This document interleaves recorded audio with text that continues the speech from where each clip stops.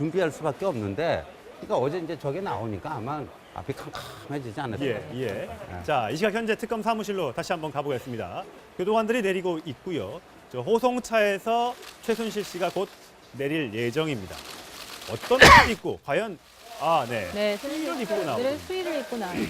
네. 하늘색 수의를 입고 있는 모습이고요. 안경을 오늘도 썼고 머리를 뒤로 묶었습니다. 네, 좀 담담한 표정인데요. 네. 지금 최순실 씨 여전히 강한 표를 갖고 있다고 생각하십니까? 최순실 씨 여전히 강한 표를 특검이 아닙니다. 그리고 박 대통령하고 모든 공동체 힘을 발휘하고 자신을 강요하고 있어요. 네? 이거는 너무 억울해요. 우리 애들까지 다 어리손자까지 이렇게 하는 거는.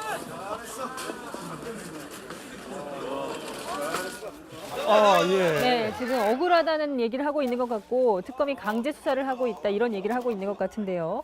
네, 최순실 씨가 그 출석하면서 저렇게 크게 소리를 치고 처음 봤네요. 출석하는 모습 정말 그러니까 저희도 무슨 당황스럽습니다. 또 네. 이제 안에 들어가면은 자기의 목소리가 전혀 밖에 전달되지가 않지 네. 않습니까? 예. 이제 특검의 브리핑을 통해서만 전달이 되니까 지금 자기 목소리는 난 억울하다. 특검이 강제로 수사하고 있다. 이런 얘기를 계속 본인이 육성으로 하고 있는 것 같아요. 네, 처음 보는 들어보겠습니다. 예, 다시 한번 들어볼게요. 특검에서 죄를 지켜 살게 최순실 씨 여전히 강한 특검이 아닙니다.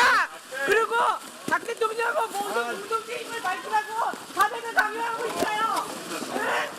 이거는 너무 억울해요. 우리 애들까지 다 어리손자까지 이렇게 하는 거는. 자, 너무 억울하다. 우리 가족들, 그다음에 딸과 손자까지도 이렇게 언론에 나오고 있는 모습 너무 억울하다 이렇게 항변하고 있습니다. 거기다 박 대통령과의 공모 예. 같이 한 거 뭐 그걸 자꾸 자백하라고 강요하고 있어요. 이렇게 얘기하고 강조하고 있잖아요. 있다. 예. 네. 그러니까 공모 혐의를 지금까지 부인해 왔는데 그 부분을 지금 저 국민들이 이렇게 보는 앞에서 얘기를 하는 거예요.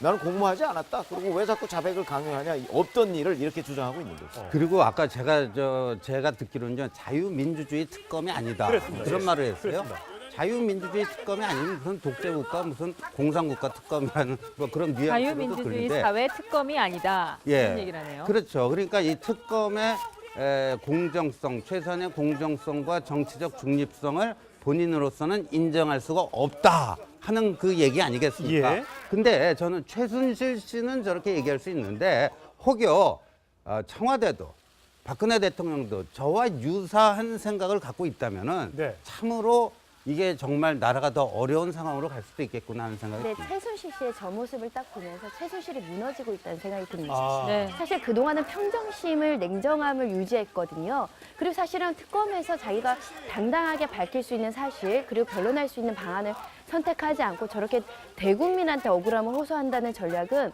내가 갈 때까지 갔고 여기에 벗어나오기 어렵다. 믿을 건 여론밖에 없다. 지금 여론전에 지금 의지하는 듯한 모습을 보니까 네.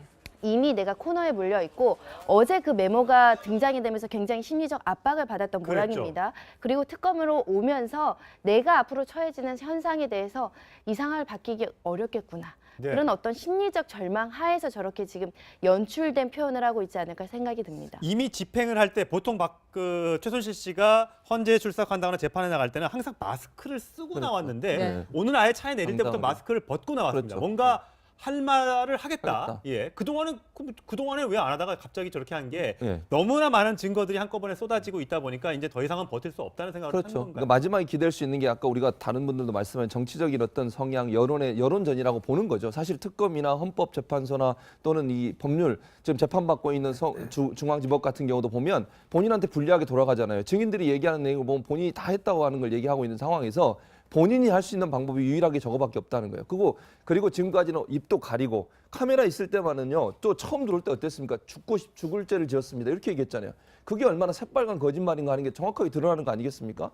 본인은 들어올 때부터 죄가 없다고 생각하는 거예요. 그런데 여론 때문에 그렇게 했던 거를 이제는 본심을 드러내는 거죠. 저 말은 이제는 더 이상 예전처럼 그런 여론 앞에서 내가 기죽고 이런 모습을 보이는 게 아니라 당당하게 내 주장을 하겠다는 모습인데 저게 도리어 저는 역풍을 맞을 거라는 생각이 듭니다. 그리고 자기한테 불리하게 작용하면 자꾸 특검이 어떤 자백을 강요하고 공정하지 않게 수사하고 뭔가 강압적으로 한다고 하잖아요. 그럼 특검이 나중에 그 카드로 이렇게 쓸 겁니다. 지금 영상 녹화 수사를 할 거예요. 예. 그 영상 녹화 공개하면 돼요. 그러면 수사를 강압적으로 했는지 인권적인 조치를 하면서 했는지 금방 드러나거든요. 네. 그런 영상이 공개되면 오히려 최순실과 박근혜한테 좋지 않을 겁니다. 네. 수사받는 태도라든가 그 진실성이라든가 어떻게 진술했는지가 드러날 수 있거든요. 네. 그래서 계속 특검을 공격하다 보면 특검이 나중에는 우리 그렇게 인권 침해하지 않았어라면서 이런 영상 녹화나 수사 자료를 공개하면 본인이 오히려 불이익한 그 여론전에 시달릴 수 있기 때문에 저런 태도는 명확한 근거 없이 하기에는 좀 위험한 지금 행동이다라는 생각이 네. 듭니다. 근데 법리적으로는 유리할 게 없겠죠. 그런데 아까도 얘기했듯이 법리적인 유불리를 따지는 차원이 아니고 본인이 저렇게 그냥 뭐 이렇게 외치면서 샤우팅한다고 예, 막 예. 그러는데 그러면서 뭐 누구에게 저걸 전달하고 싶겠습니까? 네. 그래서 이제 기자들을 통해서 저는 아까 그 자유민주주의 특검이 아니다. 이게 굉장히 핵심 키워드 같아요. 그러면 예. 지금의 박영수 특검을요.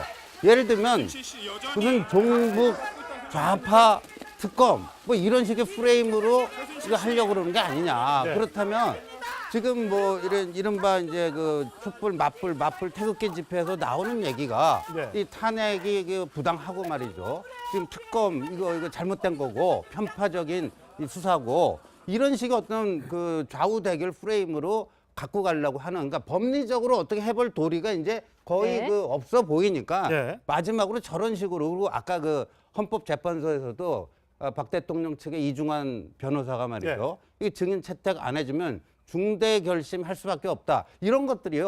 어떻게 보면 다 맥이 다 있는 어떤 지금 그 대응들이 아닌가 예. 보겠습니다. 저희가 정확히 다시 한번 이 아까 최순실 씨의 얘기를 정확하게 전해 드리자면 그렇습니다. 여기는 더 이상 민주주의 특검이 아닙니다.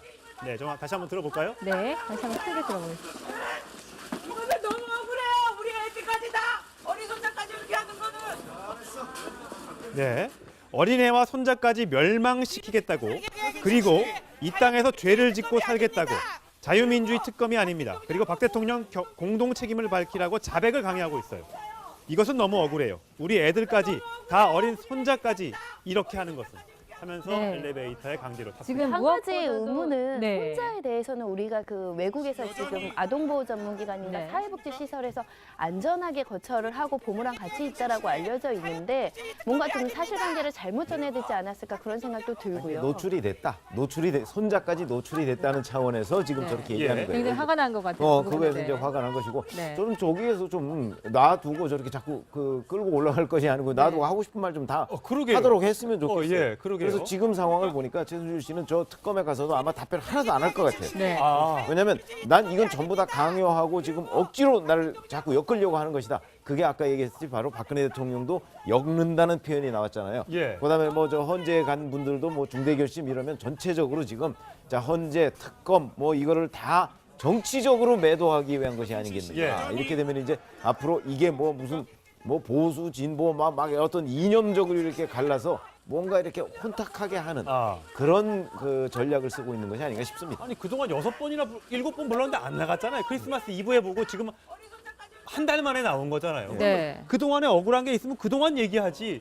다 쌓아놓고 오늘 와서 저렇게 폭발해버리면 이제 아까도 얘기가 나왔지만 결국은 이게 그동안은 언젠가 반환점이나 자기에게 유리하게 돌아갈 부분이 있다는 가망성을 보고 있었을 것 같아요. 그런데 재판이 진행되고 특검이 진행되면 진행될수록 불리한 증거만 계속 나오잖아요. 자기 주변에 있던 사람들, 자기에게 우호적이었던 사람들이 다 각자 도생으로 돌아섰고 자기가 살기 위해서 최순실의 비리에 대해서 다 밝히고 있는 상황이 됐지 않습니까?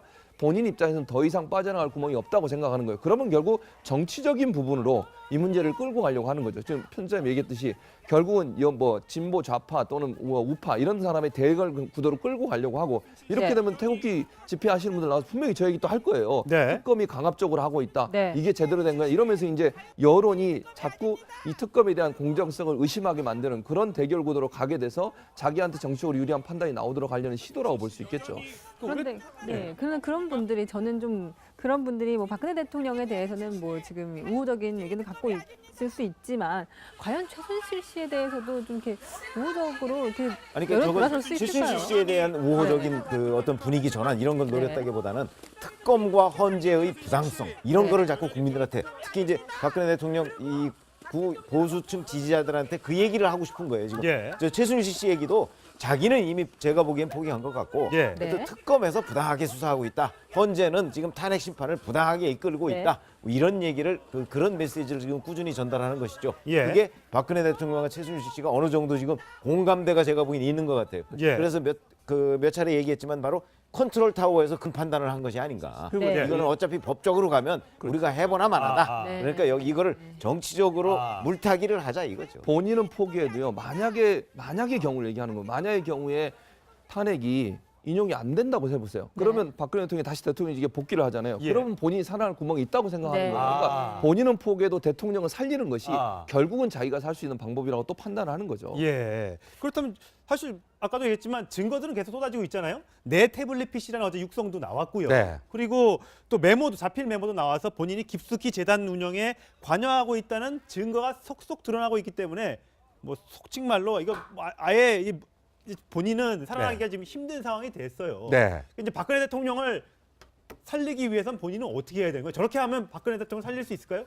아니, 저렇게 한다고 살릴 수 있는 건 아니겠죠. 그러니까 특검이나 뭐 헌재가 그런 페이스에 말리면 모르겠어요. 말리면 모르겠지만 나름대로 그 냉정함은 유지하고 있는 거 아니겠습니까? 그렇다면은 저게 어떻게 보면 마지막 수단인데 마지막 수단에 이제 특검이나 헌재가 일부라도 말리게 되면은 저는 의도가 일정 정도 관철이 되는 건데 예. 지금으로서는 거기에 그 말리지는 않을 것 같아요. 그렇다면은 뭐 이제 결론이 그렇게 그 이제 탄핵이 2월 말 3월 초 인용되고 뭐 특검 수사를 통해서 이제 박 대통령 조사한 이후에 이제 뭐 이제 임기 끝나면 이제 기소를 하는 뭐 이런 식의 것들이 진행이 될 텐데 네. 거기에 대해서 이제 이 납득을 하지 않는 이 법적인 결론이 내려지더라도 그거에 대해서 인정하지 않고 뭐 2차적인 뭐 정치 투쟁을 하는 네. 뭐 그런 식의 뭐 전개 말고는 뭐 별다른 건 예. 특검이 이런 수사를 했으면 좋겠어요. 이게 증거 능력은 미약하지만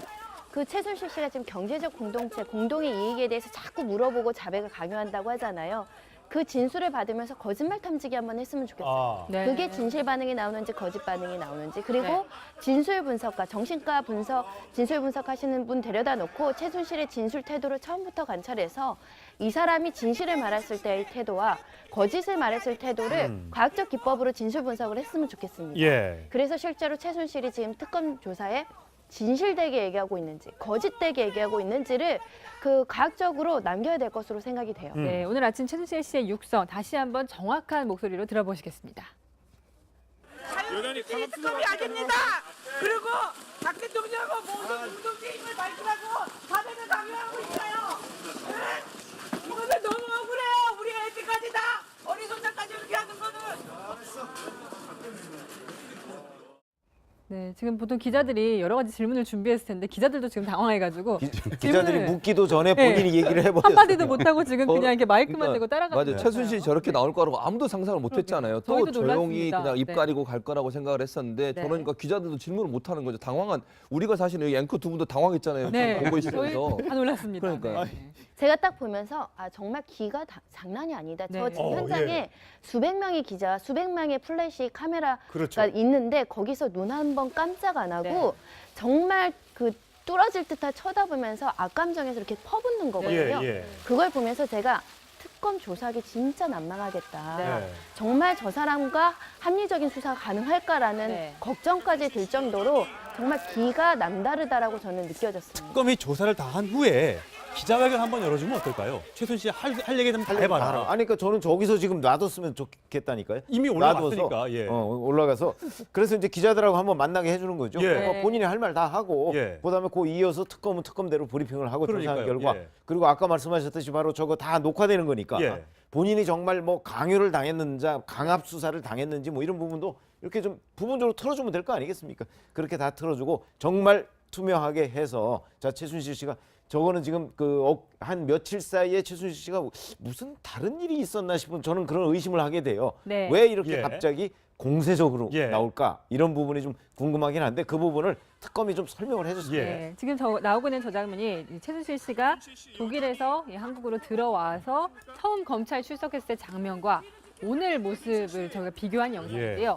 그래서 첫 출석 때 저도 현장에 있었는데 그때 당시와 지금 모습이 굉장히 많이 달라지긴 했어요. 당시에는 정말 한마디도 안 하려고 하고 저렇게 얼굴을 가리고 굉장히 흐느끼면서 뭐 잘못했습니다. 이렇게 굉장히 기는 죽어 있었던 반면 행색은 좀 좋았는데 지금은 굉장히 앙상해진 반면 어떻게 보면은 이렇게 목소리는 더 커진 것 같은 느낌이 들어요. 그러니까요. 네. 저게 지금 저는 그래서 처음에 들어올 때부터 본인은 죄가 죽을 죄를 지었습니다라고 얘기했지만 네. 그게 진실이 아니라고 생각을 하는 거예요. 만약에 처음부터 그게 본인이 잘못했다고 그게 진실이라고 하면 지금 저렇게 나오는 건 아니죠.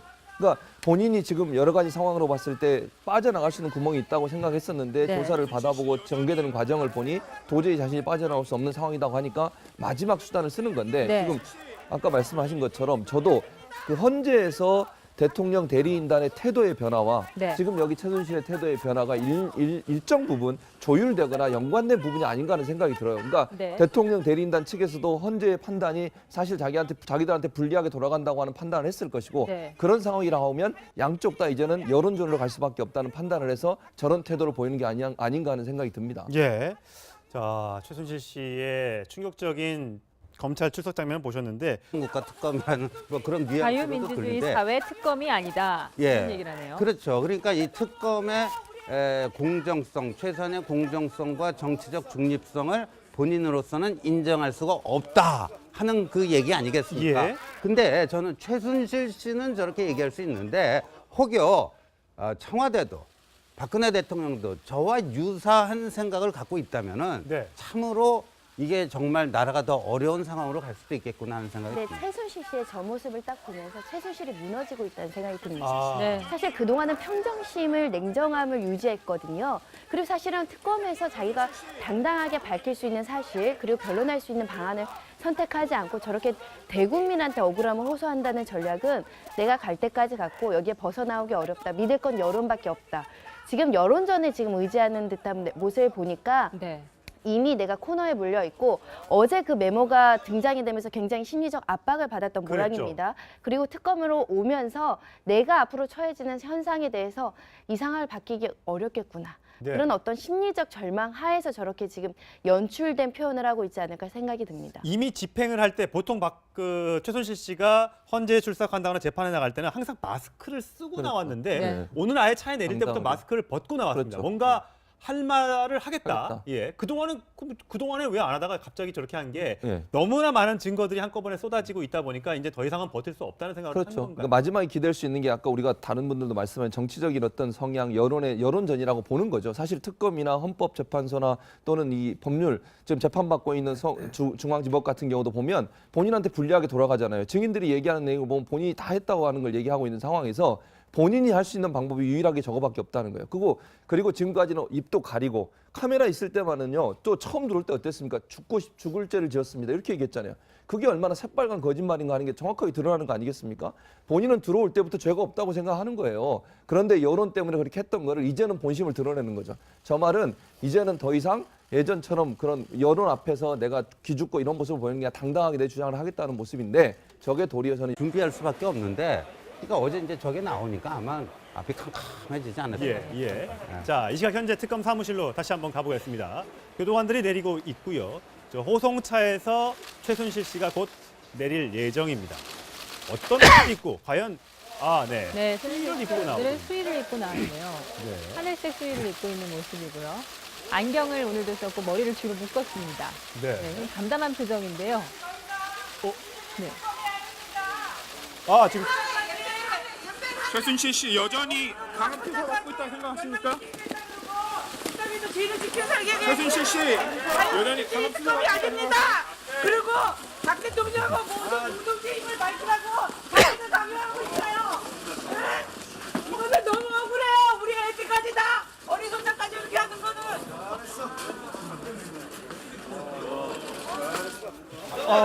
네, 지금 억울하다는 얘기를 하고 있는 것 같고 특검이 강제 수사를 하고 있다 이런 얘기를 하고 있는 것 같은데요. 네, 최순실 씨가 그 출석하면서 저렇게 크게 소리를 치고 처음 봤네. 역풍을 맞을 거라는 생각이 듭니다. 그리고 자기한테 불리하게 작용할 자꾸 특검이 어떤 자백을 강요하고 공정하지 않게 수사하고 뭔가 강압적으로 한다고 하잖아요. 그럼 특검이 나중에 그 카드로 이렇게 쓸 겁니다. 지금 영상 녹화 수사를 할 거예요. 예. 그 영상 녹화 공개하면 돼요. 그러면 수사를 강압적으로 했는지 인권적인 조치를 하면서 했는지 금방 드러나거든요. 네. 그런 영상이 공개되면 오히려 최순실과 박근혜한테 좋지 않을 겁니다. 네. 수사받는 태도라든가 그 진실성이라든가 어떻게 진술했는지가 드러날 수 있거든요. 네. 그래서 계속 특검을 공격하다 보면 특검이 나중에는 우리 그렇게 인권 침해하지 않았어라면서 이런 영상 녹화나 수사 자료를 공개하면 본인이 오히려 불이익한 그 여론전에 시달릴 수 있기 때문에 저런 태도는 명확한 근거 없이 하기에는 좀 위험한 지금 행동이다라는 생각이 네. 듭니다. 근데 법리적으로는 유리할 게 없겠죠. 그런데 아까도 얘기했듯이 법리적인 유불리를 따지는 차원이 아니고 본인이 저렇게 그냥 뭐 이렇게 외치면서 샤우팅한다고 막 예. 그러는데 그러면서 뭐 누구에게 저걸 전달하고 싶겠습니까? 네. 이제 기자들을 통해서 저는 아까 그 자유민주주의 특검이 아니다. 이게 굉장히 추석하는 모습 정말 그러니까 무슨 저희도 얘기냐면 당황스럽습니다. 또 네. 이제 안에 들어가면은 자기의 목소리가 전혀 밖에 전달되지가 않지 네. 않습니까? 예. 이제 특검의 브리핑을 통해서만 전달이 되니까 지금 자기 목소리는 난 억울하다. 특검이 강제로 수사하고 있다. 이런 얘기를 계속 본인이 육성으로 하고 있는 것 같아요. 네, 처음 보는 들어보겠습니다. 예, 다시 한번 들어볼게요. 특검에서 죄를 지켜 살게 최순실 씨 여전히 강압 특검이 수사가 아닙니다. 그리고 박 대통령은 모든 공동체 힘을 밝히라고 사대를 강요하고 있어요. 네? 이거는 너무 억울해요. 우리 애들까지 다 어리손자까지 이렇게 하는 거는. 자, 너무 억울하다. 우리 가족들, 그다음에 딸과 손자까지도 이렇게 언론에 나오고 있는 모습 너무 억울하다. 이렇게 항변하고 있습니다. 거기다 박 대통령과의 공모 예. 같이 한 거 뭐 그걸 자꾸 자백하라고 강요하고 있어요. 이렇게 얘기하고 강조하고 있잖아요. 있다. 예, 예. 네. 그러니까 공모 혐의를 지금까지 부인해 왔는데 그 부분을 지금 저 국민들이 이렇게 보는 앞에서 얘기를 하는 거예요. 나는 공모하지 않았다. 그리고 왜 자꾸 자백을 강요하냐. 없던 일을 이렇게 주장하고 있는 거죠. 그리고 아까 제가 듣기로는 자유민주주의 특검이 아니다. 그렇습니다. 그런 예. 말을 했어요. 그렇습니다. 자유민주주의 특검이 아니면 무슨 독재국가 무슨 공산